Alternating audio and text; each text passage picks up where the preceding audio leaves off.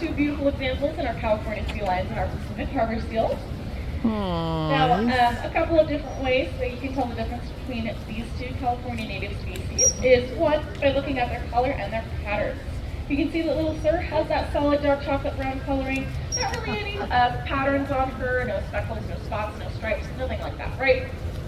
When it comes to our Pacific harbor seals, on the other hand, they're going to be having light and dark speckles all over their bodies. So it's a really easy way to tell the difference between the two species in here, because California sea lions are going to have no pattern, no speckles, no spots, and our Pacific harbor seals are going to have all kinds of light and dark speckles all over their bodies. Now, another really easy way to tell the difference between seals and sea lions is by looking at their flippers. You can see little Sir, before she jumped in the water, has those really big front flippers that are helping her get around pretty well on land, right? She waved them at you guys earlier, she was showing them off. Now, those front flippers are especially helpful, like I said, with getting around on land. When it comes to our Pacific harbor seals, it's a little bit more difficult for them to get around on land because their front flippers are not quite as large. They're much closer to their bodies, much, much smaller. So they're going to be getting around using what we call glumping. Kind of looks like how we would get around if we were zipped up in a sleeping bag and we had to use the worm to get around on the ground. Now, another really easy way to tell the difference between all species of seals and sea lions is by looking really, really close at the side of their heads. We can see that little Sir has those teeny tiny little ear flaps on the side of her head. And those ear flaps are what we call pinnae. And pinnae is a great way to tell the difference between seals and sea lions because sea lions are always going to have those pinnae on the side of their head or those external little ear flaps. And seals are never going to have them. So if you see our Pacific harbor seals and the side of their head looks pretty flat, no need to worry. They do have ears. They can hear you, so don't say anything mean. They just don't have... Little Sir agrees. She said, hey, don't bully my friends. Don't say anything mean. They will be able to hear you. They just don't have those same external ear flaps that our California sea lions have or that we have. Now, I know this is a lot of information thrown your way, and it's a little bit hard to remember, so if you guys want a fun and easy little way to remember it, I've got a fun little game you can play. So if you go ahead and stick out your really big front flippers, and then with those big front flippers, you can touch your ears. Pretty easy, right? Pretty capable of doing that. You got those big front flippers, and you got the ear flaps to reach, so congratulations. Little Sir says, welcome to the club. You're now California sea lions. Now, if you try one more time, you bend your elbows super tight, or bring them super tight to your bodies, and then without bending your neck, no cheating, try touching your ears one more time. Pretty much impossible, right? You can't really quite get up there. That's all right because, spoiler alert, you don't got those ear flaps to reach because you're a Pacific harbor seal now. You got those teeny tiny little front flippers, no ear flaps, so you're all good.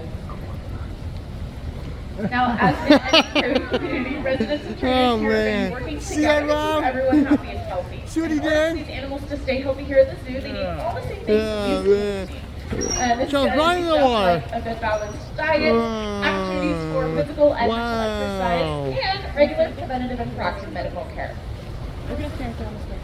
Now, working with our animals to meet these wellness goals every day is what we refer to as husbandry. And one really big important part of husbandry here at the zoo is training.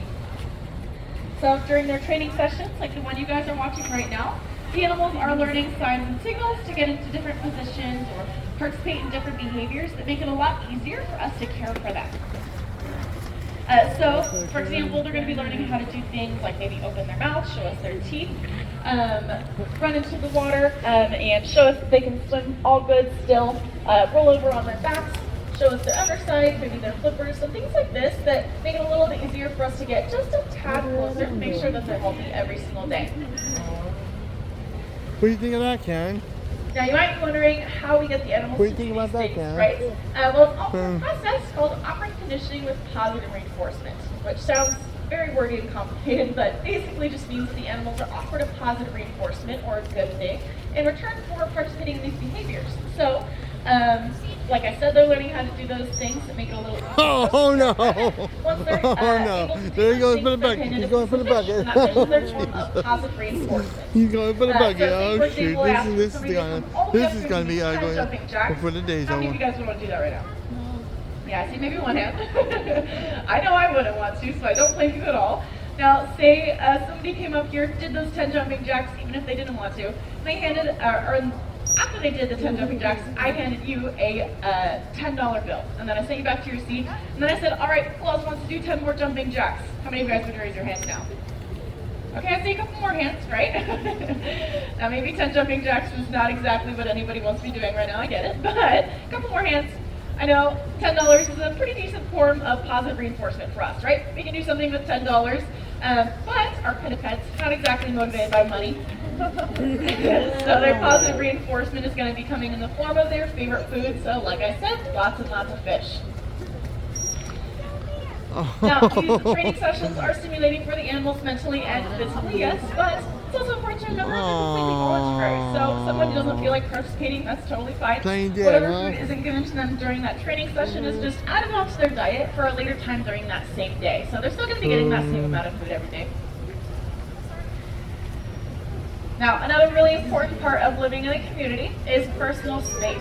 I don't know about you guys, I know I enjoy mine a whole lot, and I'm sure everyone here enjoys theirs to some extent. Since we can't exactly ask these animals how big their personal space levels are, the Marine Mammal Protection Act was established as a guideline for us to respect and appreciate them from a safe distance. Now, the Act tells us that at all times we should be staying at least 50 yards away from all species of marine mammals. Now, if you can't quite wrap your mind around what 50 yards is, it's going to be about from where you're sitting right now to the furthest boulder on the end of Sea Lion Cove. And I know what you might be thinking right now is 50 yards. 50 yards seems pretty far away, right? And I mean, it's doable, but these trainers are standing right next to the animals and even touching them sometimes, right? So what makes the big difference? Well, it's a great question. But here at the Fresno Chaffee Zoo, our animal care staff is a team of trained professionals who not only do this every single day, but they're building really strong connections, relationships, and trust with the animals that they care for before they ever get this close to them.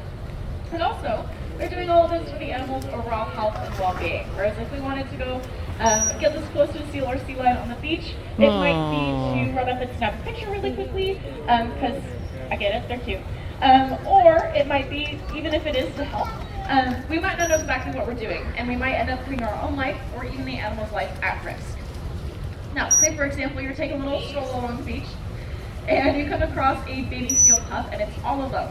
You're thinking to yourself one of two things. One, oh my gosh, just like I said a moment ago, it's so cute, I need to take a picture with it, right? It's super, super cute, it's all alone, so little, no harm, right? Or maybe I want to run up to it and I want to help it in some way. It's a baby, it's all alone, I don't know where its mom is, it might be hungry, it might hurt, something like that, right? Well, the best thing for you to do in that situation is step back that 50 yards of space that we just talked about, and you can whip out your handy dandy shell phone, and you can call the Marine Mammal Rescue Hotline of that area that you're in. Now, what this is going to do is connect you with some trained professionals who can assess and handle that situation and come out there if that's necessary. And what's likely happening is totally normal. Mama pinnipeds are very often going to leave their babies safe on the shore so that they can go and hunt for their food. So no need to worry, Mom is probably going to come back still. But if she comes back and she sees you with her pup, she's likely going to leave it there and completely abandon it for her own safety. Now, since we don't want something like this happening, right? This means absolutely no approaching wildlife for any reason, even if we really do want to help. I know we're not at the beach right now to stay 50 yards away from any seals or sea lions, but if you're looking for a way to help these animals here today, you can head down this path to your right and snap a couple of pictures with those front statues of our California sea lions down here in Sea Lion Cove. And if you have one, you can post it to your social media using the hashtag #StopAnimalSelfies. I know, it seems really silly, and it might seem like you're not doing anything at all by just snapping a picture and posting it to your social media, but by using that hashtag #StopAnimalSelfies, what you're doing is you're helping us here spread information and awareness about everyone on the internet about how harmful selfies and approaching wildlife in general really can be for them. Now, it looks like our training session is going to go on for just maybe one more minute, but I'm just about finished with my chat, so on behalf of everyone here in Sea Lion Cove and the Fresno Chaffee Zoo, I want to thank you guys all so much for coming by to listen in, and for your continued support for efforts like Measure Z. Once again, my name is Kaylee, and I'll be around to answer any questions you might have after the chat, and I hope you guys have a wonderful rest of your days here at the Fresno Chaffee Zoo. Thank you.